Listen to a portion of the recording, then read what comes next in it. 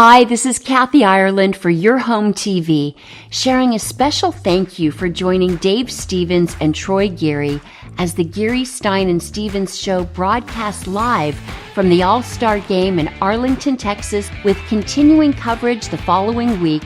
We encourage you to please tune in with Dave and Troy as they go live from Cooperstown, New York to cover the 2024 Baseball Hall of Fame induction. We hope you and your family enjoy the best of baseball this summer on Your Home TV.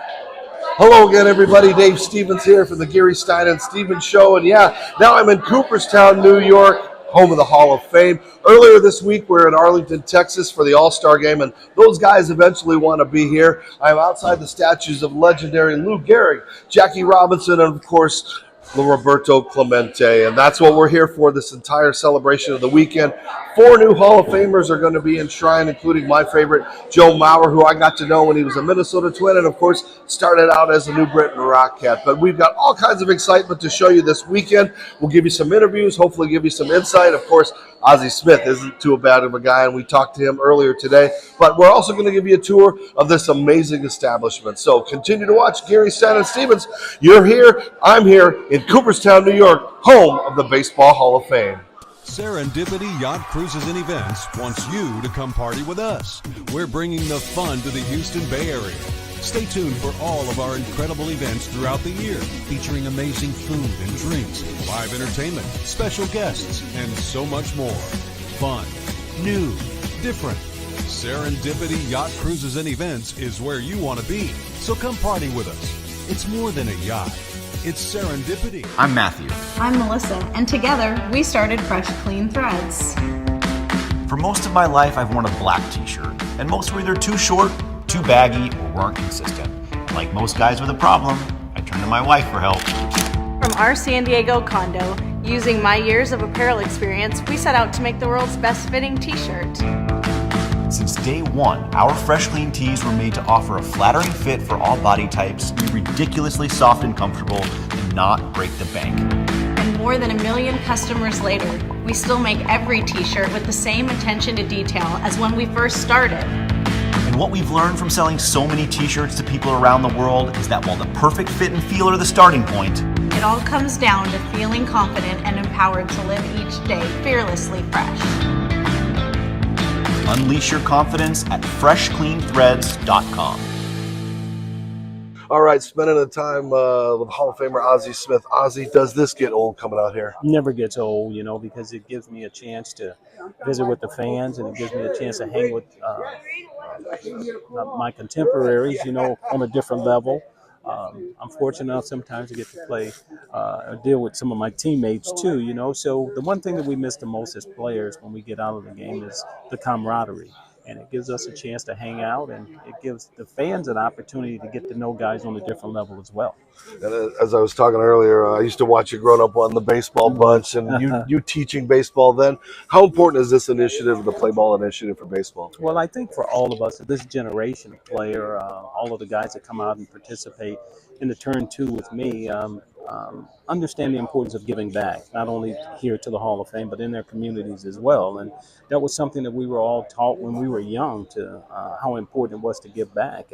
And so when I ask guys to come and participate and be a part of this, they do it very willingly and enthusiastically. And, here again, as I said, it gives fans an opportunity to know the guys on a different level as well. And the game has changed as far as what they expect of all these players now. But are there shortstops that you watch, or how that position has evolved? Well, it's baseball. It's baseball as a whole, that I try and watch. Of course, one of the good young guys now is Francisco Lindor. And I'm typically looking for prototypical shortstops, and it's so much different today. So much is expected of a shortstop today, and guys come into the game now, being more prolific home run hitters and being able to produce a lot more offense than it was when myself and Omar Vizquel were playing and stuff. So from that standpoint, I think it's certainly changed. I'm not sure that guys like myself or Omar would even get drafted today, because they're looking for that guy who can hit the ball over the fence. Now, what part of your game were you most proud of? Everybody talks about your defense, but you were a pretty decent hitter. I mean, you had the numbers up there. So I had to learn at the big league level, and I had to learn against the likes of Seaver and Carlton and J.R. Richard, Nolan Ryan, and those guys. I'm fortunate enough that my defensive prowess allowed me to remain at the big league level to learn the art of hitting. So it was always it was a challenge for me because I had to work at it, and if you're willing to work at it and you're given the opportunity, good things can happen. Well, I know you're 70 years old. You look like you could just come out and do a flip. You're not going to do that today, right? No, not intentionally. I'm not. No. All right, Ozzie. Thanks Thank a lot. you. Appreciate your time.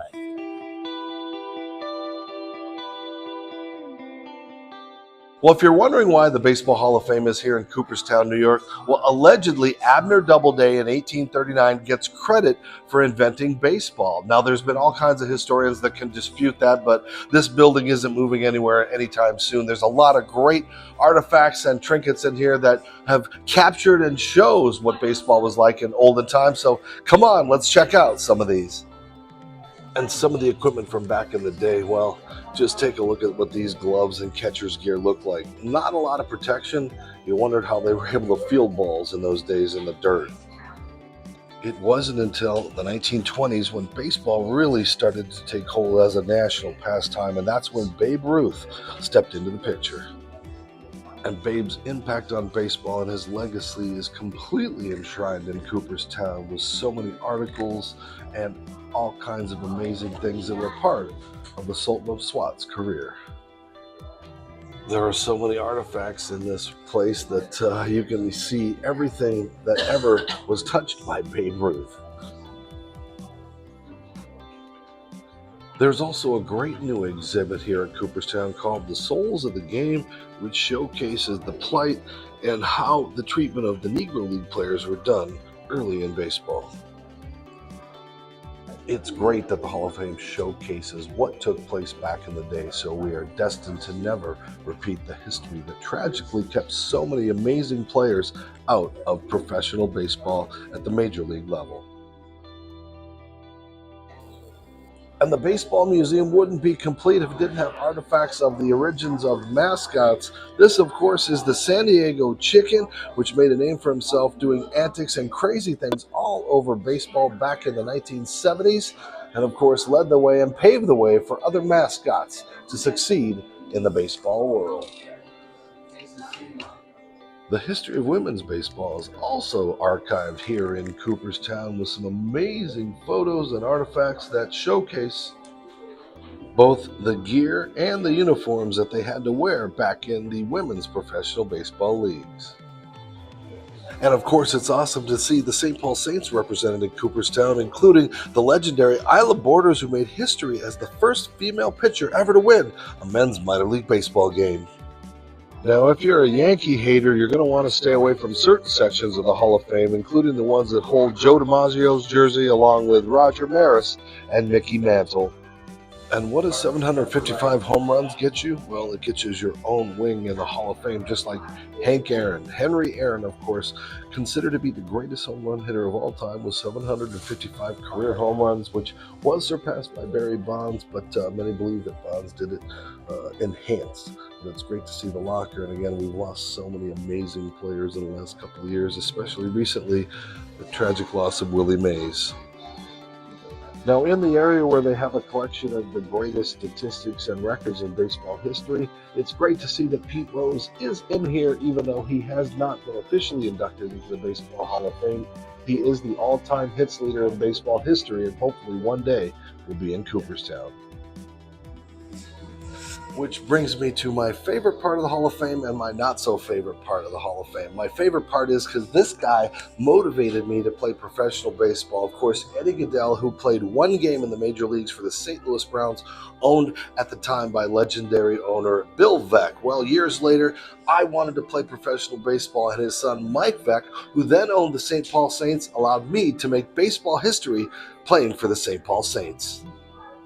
One of the coolest areas, of course, combines the past with the future of every major league locker represented, every team here, and includes they're Hall of Famers that are also represented here in Cooperstown.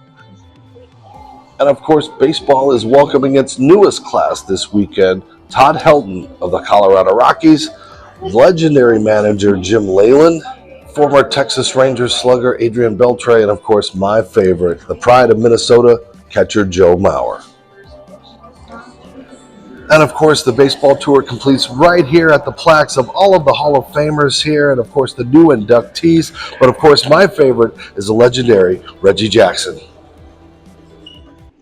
Spending some time with Hall of Fame legend Jim Kaat. So many great memories, but I loved your hitting. You were such a hitter, and we've taken the pitching, the hitters away. But I mean, what a great aspect of the game when you were playing.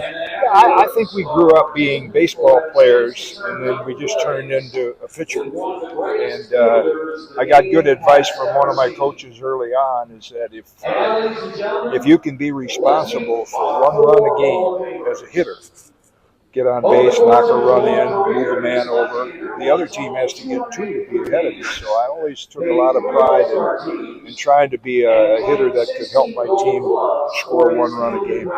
Well, you're here in the Hall of Fame. I think it took longer than it was supposed to, but you're here. I mean, does it get old coming back to Cooperstown and being a part of this week? Well, it gets better and better because there's so many activities like today's activity that we can get involved with Hall of Famers, and also getting to know the fellow Hall of Famers as people other than just players. And while it's not quite the same, I am in the Baseball Hall of Fame. There are 3 books in the Baseball Hall of Fame library that document my baseball career. One of them is Baseball Graffiti by Ed Housham. He was a scout for the Cincinnati Reds, and when I tried out for the Cincinnati Reds, he documented that amazing day. There's also America at the Seams, which breaks down the 50 best baseball players from each state, and it was amazing to be picked for the state of Arizona to represent that. And last, and certainly not least, is Slouching Towards Fargo, which is the book that documents the 1996 season of the St. Paul Saints, of course, when I was teammates with Darryl Strawberry and Jack. Well, that concludes our mini tour of the Baseball Hall of Fame here in Cooperstown. I'm so excited that I found a little bit of me inside the Baseball Hall of Fame Museum. Of course, we're playing for the St. Paul Saints and making baseball history. But the history is this weekend as 4 new inductees into the Baseball Hall of Fame. And we'll continue to have coverage all weekend here at Cooperstown for your home TV and the Geary, Stein and Stevens Show. Continue to follow us on all social media platforms. And again, we thank you for your support. So I'm Dave Stevens coming from Cooperstown, living the dream. We'll see you later. Thank you for tuning in to the Geary, Stein and Stevens Show. Follow us on social media. Watch us on yourhometv.com, or now we're on Roku. Download it and watch us. And thanks for tuning in. Until next time, America.